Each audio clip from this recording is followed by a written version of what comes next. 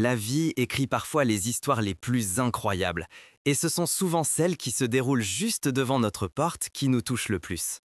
Aujourd'hui, je voudrais vous raconter une de ces histoires, une histoire d'amour, d'acceptation et de courage de s'assumer. C'est une histoire qui s'est déroulée à seulement 2 rues d'ici. Je me souviens encore très bien du jour où Lucas a emménagé dans notre quartier. C'était un jeune homme avec des yeux brillants et un sourire qui illuminait chaque pièce. Il était ouvert, amical et serviable. Il est rapidement devenu un membre à part entière de notre petite communauté. Il aidait Mme Schmid avec ses courses, jouait avec les enfants dans le parc et organisait même une fête de quartier. Personne ne se doutait que Lucas avait un secret qu'il avait longtemps caché au monde. Un soir, j'étais assis avec Lucas sur ma véranda et nous parlions de tout et de rien. À un moment donné, il s'est tu et j'ai senti qu'il avait quelque chose sur le cœur. Après une longue hésitation, il m'a dit qu'il était gay.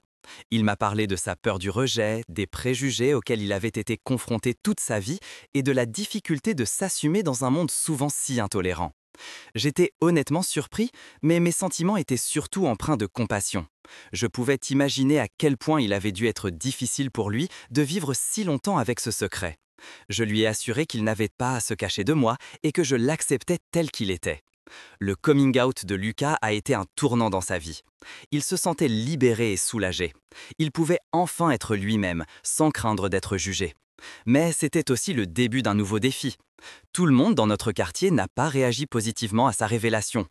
Il y a eu des chuchotements, des remarques désobligeantes et un rejet ouvert. Certaines personnes l'évitaient, d'autres se moquaient de lui.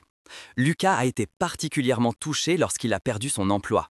Son patron l'avait licencié après avoir appris son homosexualité. Officiellement, le licenciement était justifié par des raisons économiques, mais Lucas était sûr que sa sexualité en était la véritable raison. Il était désespéré et se sentait impuissant.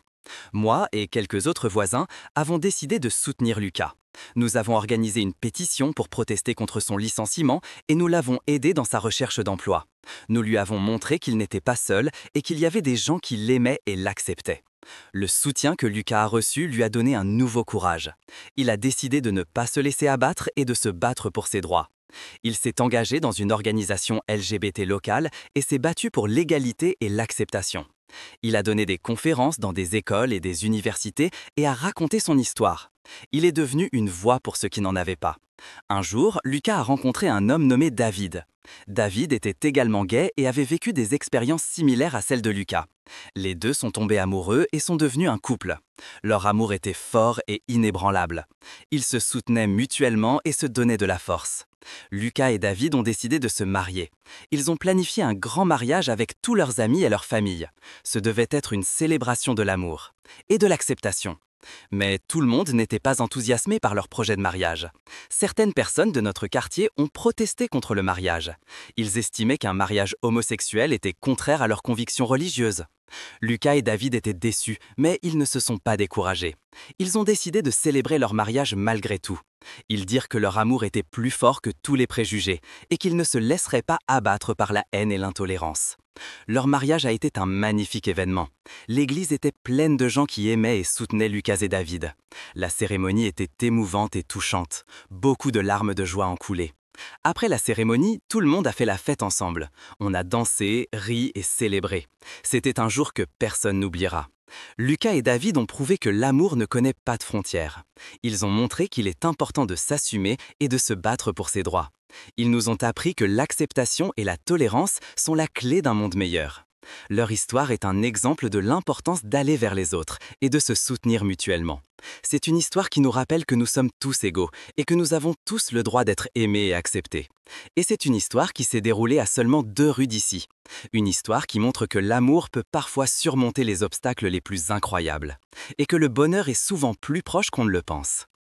Lucas et David vivent aujourd'hui heureux ensemble et continuent de se battre pour les droits des personnes LGBT. Leur histoire est une inspiration pour nous tous. Elle nous montre qu'il vaut la peine de se battre pour un monde plus juste et plus tolérant. Car au final, seul l'amour compte. Et l'amour ne connaît pas de frontières. Il ne connaît la couleur de peau, la religion ou l'orientation sexuelle. L'amour est simplement l'amour, et c'est tout ce qui compte. Leur histoire a changé notre quartier et nous a tous rendus un peu meilleurs. Et pour cela, nous leur sommes reconnaissants, car ils nous ont montré ce que signifie vraiment vivre et aimer. Et c'est le plus beau cadeau que l'on puisse faire. Merci Lucas et David. Merci pour votre amour et votre courage. Merci de nous avoir montré ce que signifie être humain.